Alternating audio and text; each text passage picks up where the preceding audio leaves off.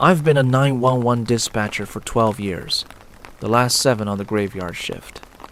You think you've heard it all after that long. The drunks, the domestics, the panicked fumbling for words after a car crash.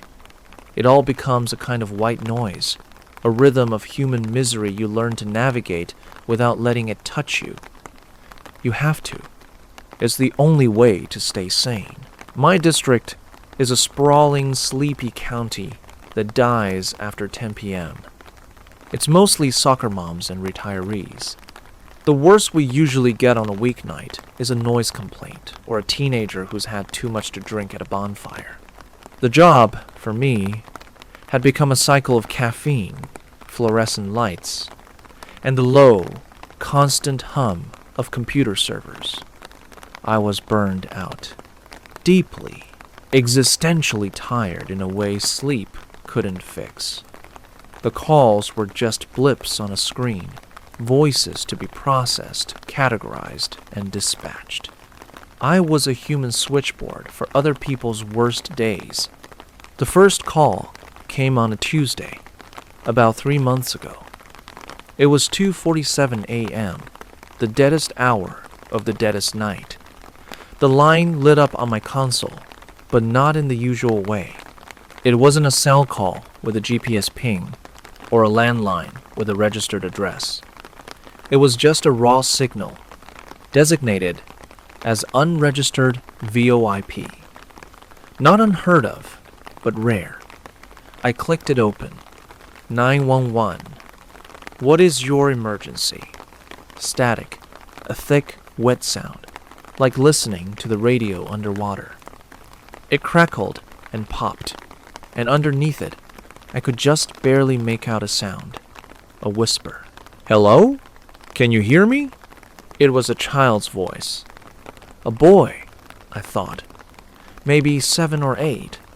He sounded like he was trying to talk without moving his lips. This is 911, I repeated, my voice a little louder, a little clearer. I can barely hear you. What is your emergency? The static swelled, almost swallowing his voice whole. He's back! The man in the mask is back. A chill, cold and sharp, went down my spine. It was a professional chill, the one that tells you this is real, this isn't a prank. Okay, son, where are you? I need an address. Hurting, Mommy. The whisper came again, breaking with a sob. The static sounded like a swarm of angry insects now. Daddy's asleep on the floor. He won't wake up. Son, I need you to tell me where you are. I can't send help if I don't know where you are. My fingers were flying across the keyboard, trying to get a trace, but the system was kicking back errors. No location data. No subscriber info. Nothing. The old house, he whispered, his voice fading. At the end of the road, please. Then the line went dead. Not a click, not a hang-up. It just ceased to exist. One moment it was there, a line of static and terror, and the next it was just a dead channel. Even without an address, the old house at the end of the road was enough. Out on the western edge of the county, there's a long, unpaved road that just sort of peters out into the woods. And at the end of it, there's one house. A big, derelict Victorian thing that's been empty for as long as anyone can remember. It was a local legend, the kind of place kids dared each other to spend a night in. I dispatched a patrol car. My senior officer, a guy who's been on the force since before I was born, came back over the radio about 15 minutes later. His voice was flat, laced with the kind of annoyance reserved for rookies and time wasters. Dispatch, Car 12 here. The property is secure. No signs of forced entry. Place is boarded up tighter than a drum. There's nobody here. Hasn't been for 50 years by the looks of it. 10 to 4.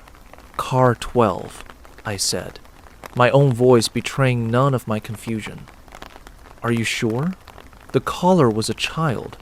He said his family was being attacked. There was a sigh over the radio. Listen, the dust on the porch is an inch thick. The boards on the windows are gray and rotted.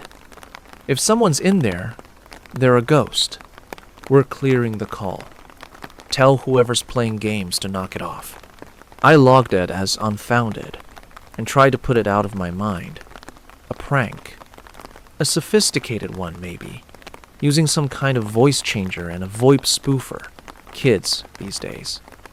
I was too tired to care. A week later, at 2:47 a.m., the same line lit up, the same static, the same terrified, whispering voice. He's in the house. I can hear him walking. This time, I felt a knot of ice form in my stomach. Son, is this the same caller from last week? A choked sob. He has the mask on, the one with the scary smile. Mommy's screaming, faintly, through the storm of static. I thought I could hear it. A woman's scream, high and thin and distorted, like a sound being played backwards. I'm sending help, I said, my voice tight. Stay on the line with me. Can you hide? Dot in the closet, he whispered. He's coming up the stairs. I can hear his feet. The line went dead. I dispatched 2 cars this time. I told them it was a repeat call, possibly a hostage situation. I didn't want them to be complacent. They took it seriously. They set up a perimeter. They used a bullhorn. They broke down the front door. The result was the same. An empty house. Thick, undisturbed layers of dust on every surface. Rotted floorboards, peeling wallpaper, the smell of decay and forgotten things. No footprints. No child. No man in a mask. No sign that a human being had set foot in that house in decades. My supervisor pulled me aside the next morning. He's a large, patient man who has the weary look of someone who's seen it all twice. He told me to drop it. It's a glitch, he said, not meeting my eye. Some kind of cross-chatter from another jurisdiction, or a recurring electronic echo. Don't waste county resources on it. If that call comes in again, log it and move on. But I couldn't. The boy's voice. It was too real. The terror in it was primal. You can't fake that. Not even the best actor in the world can fake the sound of a child who thinks his mother is being murdered in the next room. The calls kept coming. Every Tuesday, like clockwork, 2:47 a.m. Each call was a slightly different piece of the same horrible puzzle. He's hurting Daddy now. There's so much red. Mommy stopped screaming. He's looking for me. I can hear him opening doors. Every time, I sent a car. Every time, the result was the same. The cops got angrier. I was the boy who cried wolf. My supervisor gave me a formal warning. My colleagues started looking at me funny, whispering when I walked by. They thought I was cracking up. Maybe I was. I started losing sleep. On my nights off, I'd find myself staring at the clock, my heart pounding as 2:47 a.m. approached. The silence was somehow worse than the calls. I became obsessed. During the day, instead of sleeping, I went to the county records office. I needed to know who owned that house. The paper trail was a mess. It had been sold and resold, owned by banks and holding companies.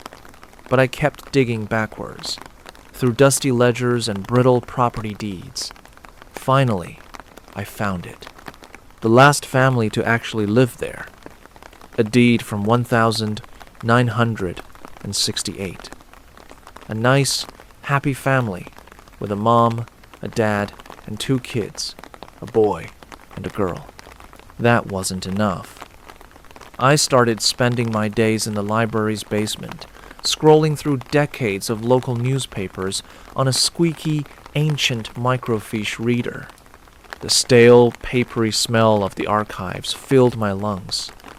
I was looking for anything related to the house, to that family. For weeks, I found nothing, just property tax notices and school honor rolls. And then I found it, an article from a cold late autumn day in 1975. The headline was stark. Local family slain in apparent home invasion. My blood ran cold. I zoomed in, my hands trembling as I adjusted the focus knob. The picture was grainy, black and white. It was the house. The same steep gables, the same wide porch. Police cars were parked haphazardly on the overgrown lawn. I read the article, my heart hammering against my ribs. A husband, a wife, and their 10-year-old daughter found dead in their home. The cause of death was extensive. The article was vague, using phrases like brutal force trauma. The police report mentioned a possible intruder, a figure a neighbor had seen fleeing into the woods, described only as a tall man, wearing some kind of pale, expressionless mask. But the last paragraph was what made me stop breathing. The family's 8-year-old son, it read, remains missing. Police found evidence he was hiding in an upstairs closet during the attack, but the boy has not been found. A statewide search is underway. Authorities have not ruled out the possibility that he was abducted by the assailant. The crime was never solved. The masked man was never found. The little boy was never seen again. I sat back in my chair, the library basement suddenly feeling like a tomb. The static, the whispers, the closet, the man in the mask. It wasn't a prank. It wasn't a glitch. Was I listening to a ghost? The next day, at work, I felt broken. I walked into the dispatch center like a zombie. The hum of the servers sounded like a funeral dirge. I couldn't keep it in anymore. I had to tell someone. I grabbed my supervisor and one of the oldest dispatchers, a woman who'd been there for 30 years, and I dragged them into the break room. I laid it all out. The calls, the timing, the empty house, the microfiche article. I showed them the copy I'd printed out, the grainy picture of the house, the headline. I expected them to think I was insane. I expected them to tell me to take a leave of absence. They didn't. They just looked at each other. It was a look I'd never seen before, of a grim, tired resignation.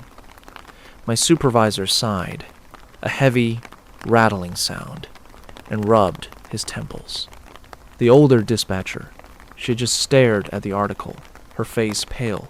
"So it started again," she said, her voice barely a whisper. "What do you mean, started again?" I asked, my voice shaking. "What is going on?" My supervisor sat down heavily. "Kid," he said, and he looked 100 years old. "We need to tell you about the man you replaced." He told me the story. The dispatcher who had my seat before me. He'd been a good man, sharp, dedicated. About a year before I was hired, he started getting strange. He was obsessed with a specific address, the old house at the end of the road. He kept sending cars out there, insisting there was a child in trouble.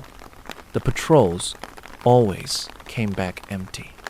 He started pulling old files, spending his days off at the library.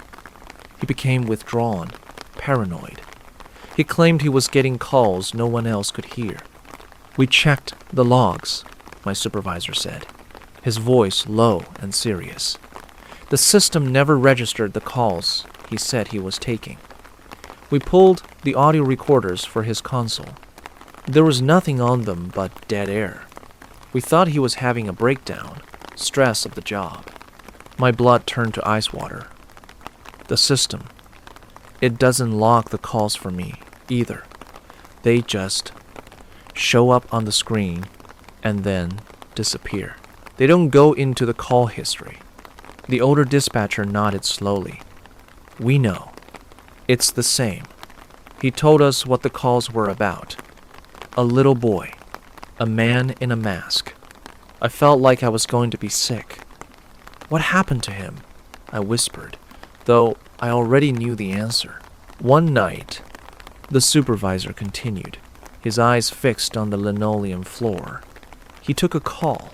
We saw him on the console, talking, his face ashen. He was typing a report, then he just stopped. He stood up, grabbed his jacket and his keys, and walked out without a word. The call was still active on his screen, but none of us could hear anything on it. We just saw the open line. Where did he go? He drove out to the house. His car was found parked on the road the next morning. Engine was cold.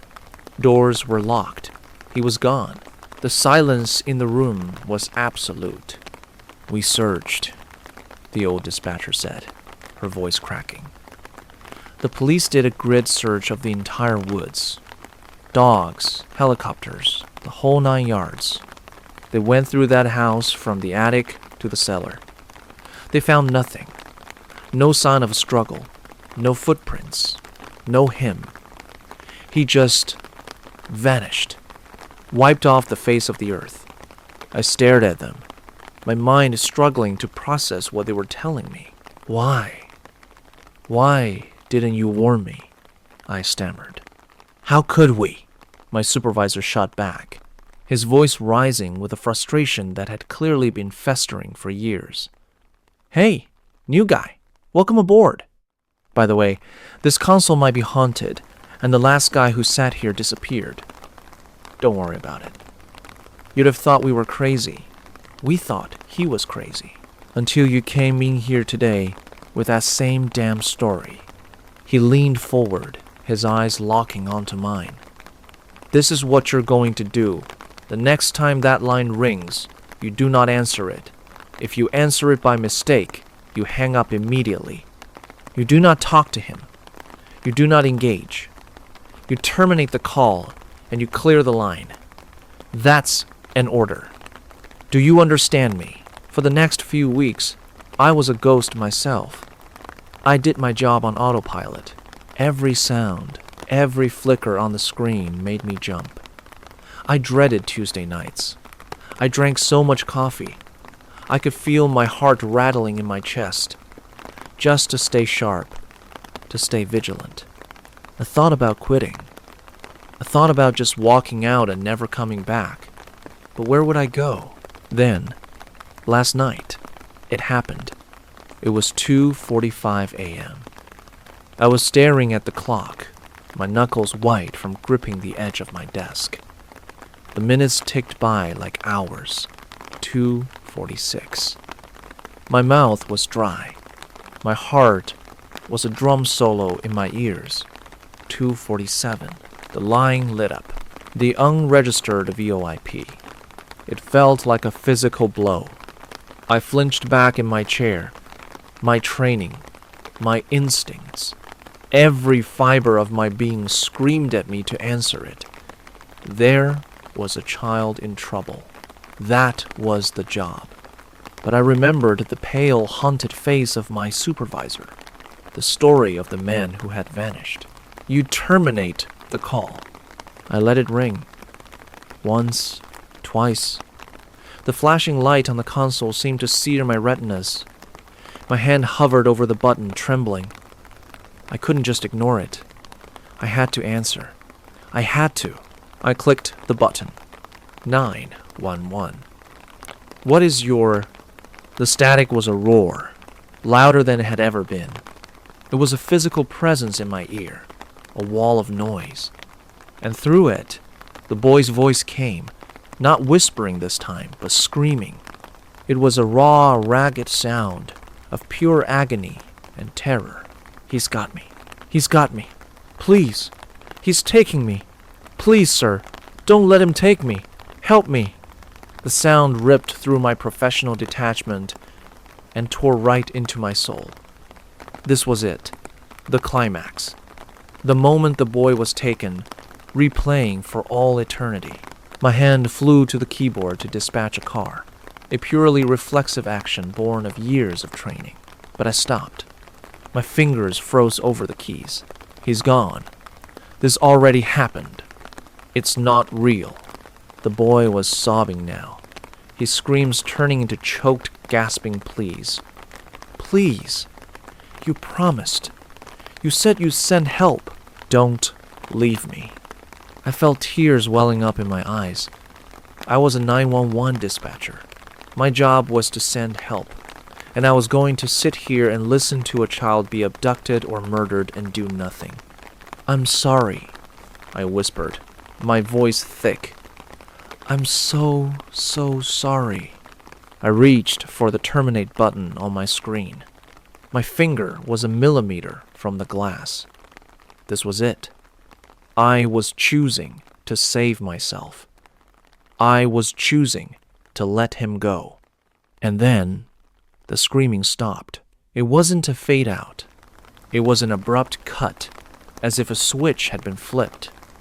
The roar of the static dropped to a low, sinister hum. The line was still open. Silence. My heart was in my throat. Did I do it? Then a new sound came through the headset. It wasn't the boy. It was a man's voice. A whisper, just as terrified as the child's had been, but older, hoarser. It was distorted by the same underwater static, the same swarm of electronic insects. It was a voice trying to push its way through an impossible distance, through time itself. And it was a voice I felt deep in my bones. I should have recognized from an old staff photo in the hallway. The whisper was faint, but utterly, terrifyingly clear. He's here! I froze, my finger hovering over the screen. The voice was ragged, desperate, broken. He sees you. Through the line. He's looking right at you. A cold dread, so absolute and profound it felt like death itself, washed over me.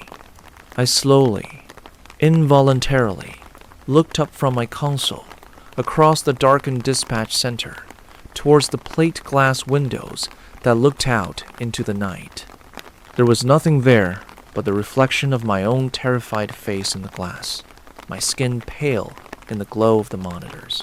The whispering in my ear continued, a final, chilling plea from a place beyond hope.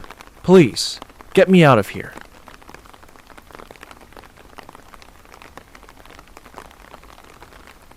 I have a pretty good track record for finding missing people. Most of the time, they just wander off the path or slip down a small cliff and they can't find their way back. The majority of them have heard the old stay where you are thing, and they don't wander far. But I've had 2 cases where that didn't happen. Both bother me a lot, and I use them as motivation to search even harder on the missing persons cases I get called on. The first was a little boy who was out berry picking with his parents. He and his sister were together, and both of them went missing around the same time. Their parents lost sight of them for a few seconds, and in that time both the kids apparently wandered off. When their parents couldn't find them, they called us, and we came out to search the area. We found the daughter pretty quickly, and when we asked where her brother was, she told us that he'd been taken away by the bear man. She said he gave her berries and told her to stay quiet, that he wanted to play with her brother for a while. The last she saw of her brother, he was riding on the shoulders of the bear man and seemed calm. Of course, our first thought was abduction, but we never found a trace of another human being in that area. The little girl was also insistent that he wasn't a normal man, but that he was tall and covered in hair, like a bear, and that he had a weird face. We searched that area for weeks. It was one of the longest calls I've ever been on, but we never found a single trace of that kid. The other was a young woman who was out hiking with her mom and grandpa. According to the mother, her daughter had climbed up a tree to get a better view of the forest, and she'd never come back down. They waited at the base of the tree for hours, calling her name before they called for help. Again, We searched everywhere, and we never found a trace of her. I have no idea where she could possibly have gone, because neither her mother or grandpa saw her come down. A few times, I've been out on my own searching with a canine, and they've tried to lead me straight up cliffs, not hills, not even rock faces. Straight, sheer cliffs with no possible handholds. It's always baffling, and in those cases, we usually find the person on the other side of the cliff, or miles away from where the canine has led us. I'm sure there's an explanation, but it's sort of strange. One particularly sad case involved the recovery of a body. A 9-year-old girl fell down an embankment and got impaled on a dead tree at the base. It was a complete freak accident, but I'll never forget the sound her mother made when we told her what had happened. She saw the body bag being loaded into the ambulance, and she let out the most haunting, heartbroken wail I've ever heard. It was like her whole life was crashing down around her, and a part of her had died with her daughter. I heard from another SAR officer that she killed herself a few weeks after it happened. She couldn't live with the loss of her daughter. I was teamed up with another SAR officer because we'd received reports of bears in the area. We were looking for a guy who hadn't come home from a climbing trip when he was supposed to, and we ended up having to do some serious climbing to get to where we figured he'd be. We found him trapped in a small crevasse with a broken leg. It was not pleasant. He'd been there for almost 2 days, and his leg was very obviously infected. We were able to get him into a chopper, and I heard from one of the EMTs that the guy was absolutely inconsolable.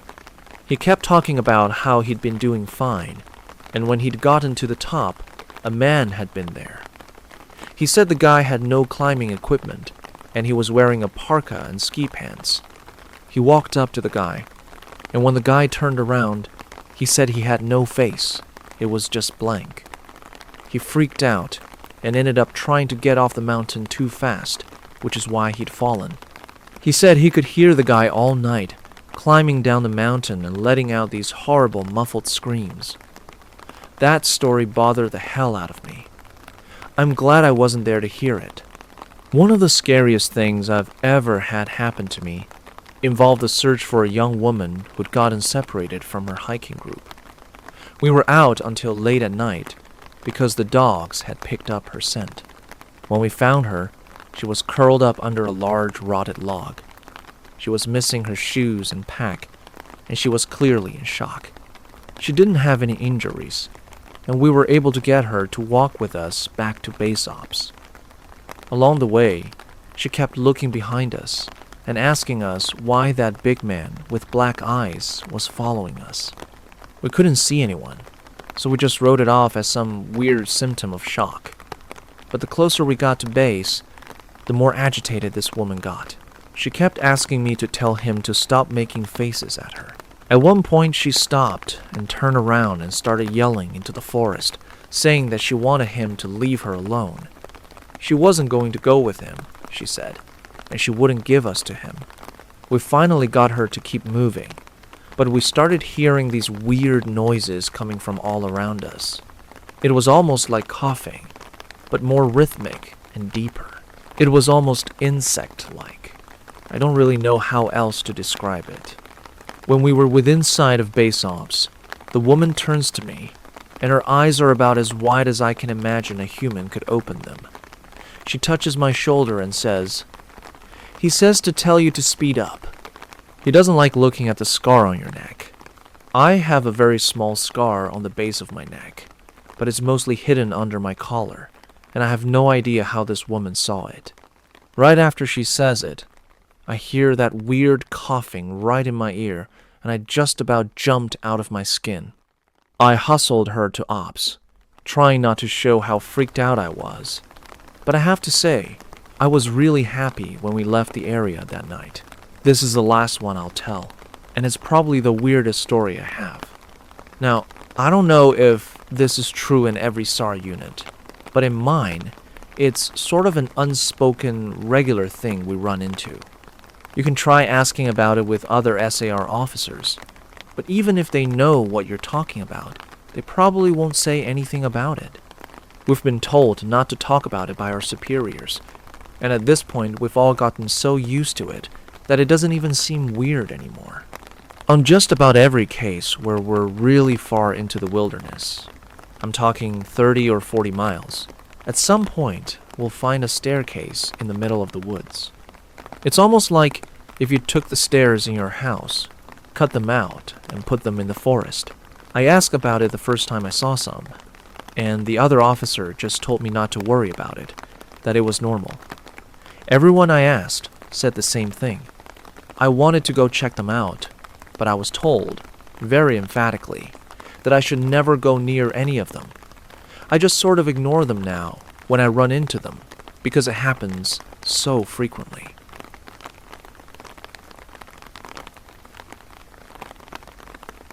When I was 12 years old, a bus driver asked during a field trip if we wanted him to tell the scariest story ever. The story he told was so terrifying it made everyone faint. No one would say what it was about later, just that it was the scariest thing that any of them had ever heard. Kids spoke of it in whispers and rumors, but nobody would ever repeat it to me, no matter how I begged or pleaded. I was the only kid on the bus wearing headphones, so I didn't hear it. I had a brand new Walkman, and when all the other kids were telling each other scary stories, I put my headphones on. I can't even remember where the field trip was going. Science museum? Anyway, it was a long drive for a dozen kids. What I do remember is seeing the bus driver, not our regular driver, but a substitute for the field trip, looking up at us in the rear view and asking if we wanted to hear the scariest story in the world. Everyone chorused, "Yes!" really loudly. And the driver kept insisting it was too scary for us. I think I rolled my eyes, and I remember him saying, "This story starts on a county road." Then I tuned him out and turned up the volume on my Walkman. And when the tape got to the end, I realized that the bus around me was silent. I looked up. Every kid sat slack-jawed and wide-eyed. I turned around in my seat to my best friend, Isaiah, sitting in the row behind me, and I asked, "Hey, what's going on?" His eyes flicked up to meet mine. He closed his jaw but didn't say anything. "You okay? Why'd it get so quiet?" Somewhere on the bus, a whisper. A few kids up front talked in nervous undertones. I think they said, "Don't tell him," Isaiah said, his voice monotone. He told us a scary story. What was it about? I asked, turning my attention to the driver, who was also silent now, hands on the wheel, saying nothing. Though he had a strange expression on his face, his eyes sort of glazed. "Can't tell you," said Isaiah. "Why not?" He didn't answer. Neither did anyone else. It was like whatever they'd heard had so terrified them that they were locked into trauma, just frozen there by this shared, collective, horrifying experience that I'd somehow missed. I don't know if you've ever ridden a bus full of schoolchildren, but it is never quiet. There is always chatter. But right then, other than the rumble of the engine, you could have heard a pin drop. What was it about? I repeated louder. At that moment, a horn sounded. Everyone clutched the seats as a truck barreled toward us. Later, I was told the bus drifted into opposing traffic. The truck driver's quick reflexes and veering saved us from a worse accident. But the impact still killed the bus driver, left one student in a coma, spun the bus, and knocked a bunch of us out. Later, the rumor would spread that the bus driver and students all fainted from the story, and that's what caused the crash. Anyway, I remember coming back to myself in my seat, sitting up, and seeing the blue sky outside. Seeing the day look so normal, except for the steam, or smoke, from the bus and the truck. I heard sobbing from my classmates. Some of us were sent to the hospital. The rest of us were sent home. Days later, after everyone was back in classes except the kid who fell in a coma, I asked a classmate, "Hey, Maria, you heard the story on the bus, right?" She was doodling on a notebook for our math class, but her pen stopped. She said softly, "Yeah. Was it really scary?" She nodded.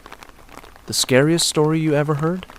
She closed the notebook and moved to a different desk, saying loudly, "I don't want to talk to you, Joshua." Several other kids tittered. I think my cheeks went red. I wasn't a social reject, not exactly, but I wasn't one of the popular kids either. I tried with other kids who'd been on the field trip, but none of them would talk to me about it. Not even my best friend, Isaiah. He just kept saying, "Nah, man, it's too scary." I snapped, "Dude, just summarize it if it's too scary. What was it even about?" "I'll tell you when I'm 55. 55? I don't want to have to think about it. Bro, just let it go." His refusal almost broke apart our friendship. But eventually, I accepted that nobody was going to tell me whatever had traumatized them so badly. It's a mystery I have agonized over for decades. Just last year, I found a note in my Google Calendar that I apparently made as a reminder to myself, telling me, Isaiah's birthday, 55. I reached out, partly to wish him a happy birthday, but also to ask if we could catch up. We hadn't seen each other since our high school reunion, and we arranged to meet for coffee. When I arrived, I was surprised to see his glassy and yellowed eyes. He looked much older than 55. I tried to hide my shock, but he just smiled and said, "Pancreatic cancer. I've got a few months, probably." "Oh," I said. "Oh, shit, I'm sorry. You look good, though." He raised his coffee cup to me. "Look like you're still 40 years old. How's life treating you?" I pulled up a chair and told him how I'd married and divorced. "Same," he said. "How I was an electrician and occasionally a freelance writer."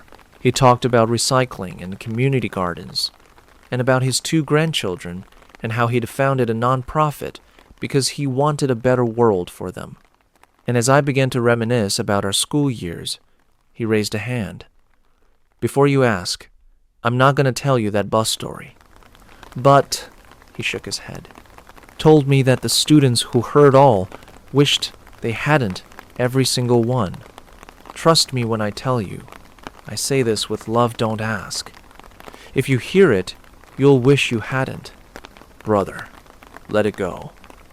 In spite of my disappointment, it was good to see him and catch up.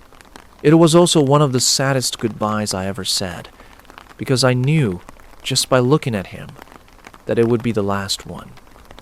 After that conversation, I finally accepted that the mystery would go unsolved. Until yesterday. Yesterday, it happened by pure accident. I finally heard it. The story the bus driver told. I was at a local bar, and I overheard from a nearby table a woman say, "All telling scary stories." And the driver said, "Do you want me to tell the scariest story ever?" I immediately broke off from my own conversation and craned my neck to see who was speaking. It was a middle-aged woman, and I didn't recognize her at first in the low lighting, but as she kept talking, I realized, Maria. This was little Maria. Last I'd seen her, she'd been 12 years old. She'd gone to a different junior high and high school than Isaiah and I. But in her brown curly hair and the sideways quirk of her mouth, when she talked, it was definitely her. Either she'd moved back to our hometown, or else, like me, had never left. Small world. The chatter was loud in the bar. I missed her next few words. "Are you serious?" gasped a girl at her table. "It's all true." Shinji fell into a coma. Devin's stepfather stabbed him. Mitsuko died at her wedding, when the cake was smashed into her face, and one of the dowels went through her eye. More gasps. All of them happened, like the driver said. Isaiah was 55 when the cancer got him, and he and I were the last two. Oh, but the craziest thing, there was one other kid on the bus who wasn't listening. Her voice got lower, and I had to move closer, walking near her table. The driver saved him for last and said, "Joshua dies 3 days after he hears this story." And then the truck hit, just like the driver had told us it would, right at the beginning. And poor Shinji fell into his coma. And that poor kid Joshua. Joshua never stopped asking. He asked all the time, what was the story? What was the story? We used to joke how if we never told him, maybe he'd never die. A strangled sound escaped my throat, and Maria looked up, and I hurried away, and I think she said my name. Isaiah, may he rest in peace, was right. He and the others protected me all these years. Damn it, brother. You were right. I wish I'd never heard.